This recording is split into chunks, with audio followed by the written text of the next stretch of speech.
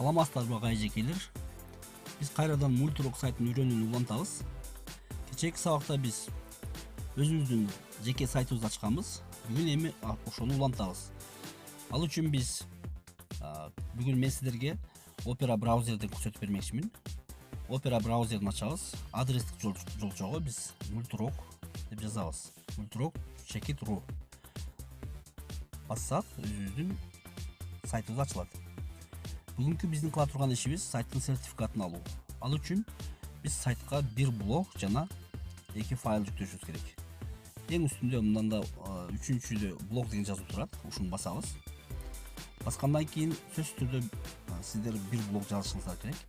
Мен убакыт өтө көп кеткендиги үчүн мен өзүм жазып койдум эле. Сиздер мындай кылып жазасыздар. Добавить заметку в блок деген көк баскычты басасыздар. Басып туруп блогдун темасын каалаган бир эркин темасын бул жерге түшүрөсүздөр. Бул жерге ошол темага ылайык текст жазасыздар. Тексттин өлчөмү 3 символдун кем эмес болуш керек. 3 символдун көбүрөөк болуш керек. Жазып болгондон кийин сохранить деген кызыл баскычты басып коесуздар. Баскандан кийин сиздердин блог сакталат. Эми сактап болгонуңуздардан кийин артка кайтабыз. Кайтып туруп, блогдун оң тарабында файлы деген жазууну басабыз. Бул жерде 2 файл жүктөш керек. Мен дагы ошол убакыт көп кетпесин деп бир файлды жүктөп койгон элем. Эми экинчи файлды сиздердин алдыңызда жүктөйм. Добавить авторскую разработку дегенди басыш керек. Басса ошол бет ачылат. Эми бул жерде выберите файл для публикации деген баскычты басабыз. Басса ошол терезе ачылат. Бул терезеде эң оң тараптагы файлы дегенди бассак, биздин телефондогу файлдардын бардыгын көрсөтүп берет. Документтер, сүрөттөр, бардык нерселерди ушул жерден биз көрө алабыз. Эми бул жерден биз кааласак сүрөт же болсо негизи документ жүктөш керек. Мен азыр бир сүрөттү жүктөп коеюн.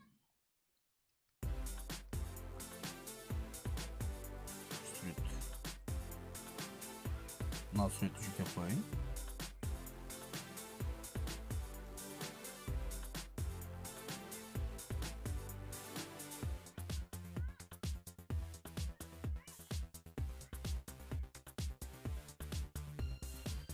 Сүрөттү албады.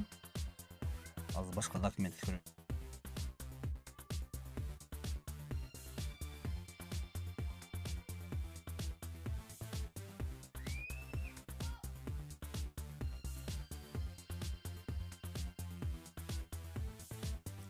Мына азыр мен экинчи документти, бир картаны жүктөдүм.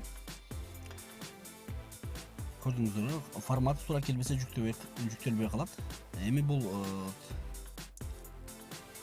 документти жүктөгөндөн кийин мен бул жерге сөзсүз түрдө анын темасын жазышым керек. Мисалы Кыргызстандын картасы деп коеюн. Кыргызстандын картасы. Эми байкап көрсөңүздөр, мына азыр кыска болсо жазуу тема 15 символдон ашык болуш керек деген жазуу чыгат астында, кызыл болуп сакталбай калат. Ошон үчүн карап турсаңыздар, азыр мен картасы. Демек 15 символ болду. Азыр ошон үчүн бул тема жарайт. Эми тип разработки. Бул жерде разработка урок, тест, презентация, мен презентация деген белгилеп коеюн. Сабактын иш планы болсо урок деген белгилейсиздер. Предмет география. Класстагы сөзсүз. Мисалы мен 8 класс деп коеюн, 8 класс деп туруп, эми бул жакта сохранить публикацию деген көк баскычты басам мен. Демек, мына урматтуу кесиптештер, мен бир блок 2 файлды жүктөдүм. Эми мен сайттын сертификатын ала алам. Бул үчүн кандай кылышым керек? Бул жерде мен награда деген баскычты басам. Награда, сыйлыктар деген баскычты басам. Баскычты баскандан кийин ушундай бет ачылат. Бул биринчи сертификат ушул. Скачайте ваш сертификат о создании сайта. Сайт түзгөндүгүнүз жөнүндө сертификат. Андан кийин мисалы бизге сыйлыктар өтө көп. Биринчи благодарность, биринчи баскычтагы, экинчи даражадагы ыраазычылык кат. Андан кийин бул үчүн мисалы Birinci басқыштағын алыш үшін біз 8 материал, 8 файл жүктешіміз керек. Екіншісінде қайра 18 материал жүктегеннен кейін екінші расылт алабыз. Андан кейін 28 материалдан кейін грамота, бірінші грамотаны, андан кейін екінші грамота. Әр бір грамота үшін 38, андан кейін 53 материал жүктесек, үшінші грамота, төртінші грамота 68 материал. Ақырғы бешіншісі 83 материал көп грамота. Ең ақырғысы почетная грамота, ардақ грамота, бұл ең жоғарғы сыйлық. Бұл үшін 98 дағы 98 файл іштелме жүктесек, ошол грамотаға жетеміз. Аны уақыт көрсетеді, аны ақырындық менен өзіңіздер ала бересіздер. Файл жүктеп, біз азыр өзіміздің жүктеп жеке сайтымыздың сертификатыны, бірінші тұрған сертификатты скачать етіп алабыз. Бұл үшін жанындағы скачайте ваш сертификат деген жазуды басабыз. Бастым. Мынау жерде эми загрузить деген жазуны басабыз. Загрузить. Демек, уже мен сертификатты скачать етіп алдым. Мұны ашып көрсек болады. Açıp koysak.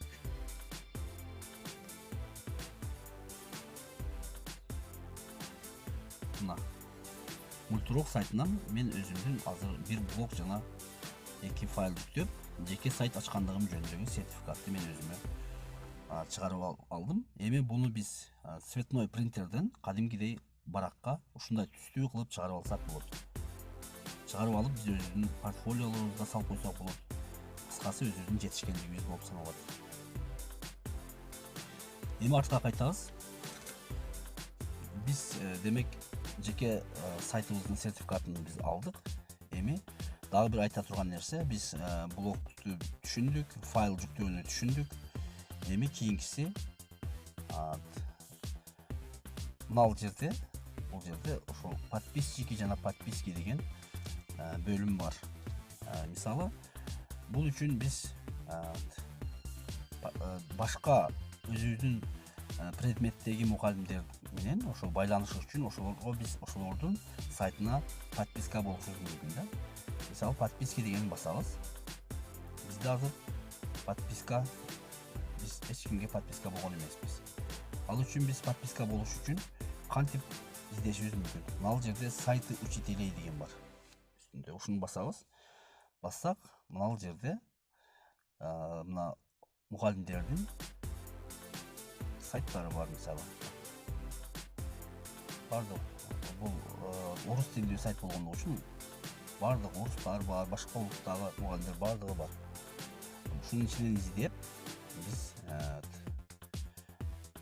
өзүбүзгө керектүү мугалимдерге биз подписка болсок болот.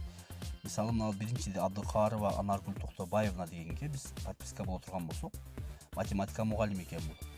Басабыз, ушуну өзүнү бассак, мына жерде ошол мугалимдин сайтын биз ачып көрөбүз. Бул мугалимде демек бул дагы жаңы ачкан окшойт. Подписчиги жана подписчиктери жок экен. Жана эч кимге подписка болбоптур. Мына подписация деген жазууну биз басып койсок, ошол мугалимге биз подписация болуп калабыз. Ошого катталып калабыз. Ушундай жол менен биз же болбосо мынтип издесек болот. Мына жерде поиск по пользователям деген кызыл баскычты басып туруп, басып ушундай мисалы предметтер чыгат. Мисалы, география мугалимдерин табыш үчүн мен география деген жазууну басам.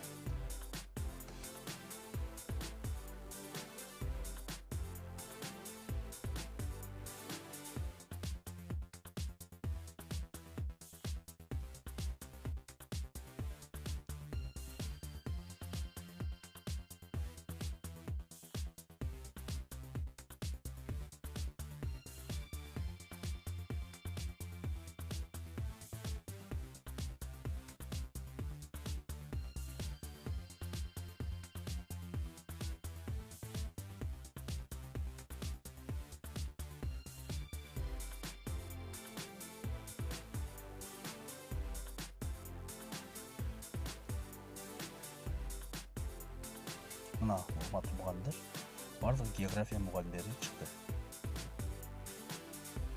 ушундай жол менен биз подписка болсок болот. Ушул мугалимдерди ачабыз. Ушуну ачып туруп, сайтын ачып, бул жерден подписация баскычын басып койсок, ошол мугалимге катталып калабыз. Кийин ошол мугалимдин ар бир жасаган аракетин, файлдарын биз ачып окуй алсак болот. Өзүбүз ошолордун жаңылыктары менен таанышып алсак болот. Эми башкы бетке кайта турган болсок, башкы бетке мынтип кайтат мугалимдер. Мына жерде эң чекеде өзүбүздүн атыбыз болот. Ошого барып туруп мой сайт дегенди басып коебуз. Кайра өзүбүздүн башкы бетке келдик. Мына урматтуу мугалимдер ушундай. Ушуну менен бүгүнкү экинчи бөлүмү аяктады. Кийинки бөлүмдөрдө дагы көрүшөбүз буюрса. Көңүл бурганыңыздар үчүн чоң рахмат.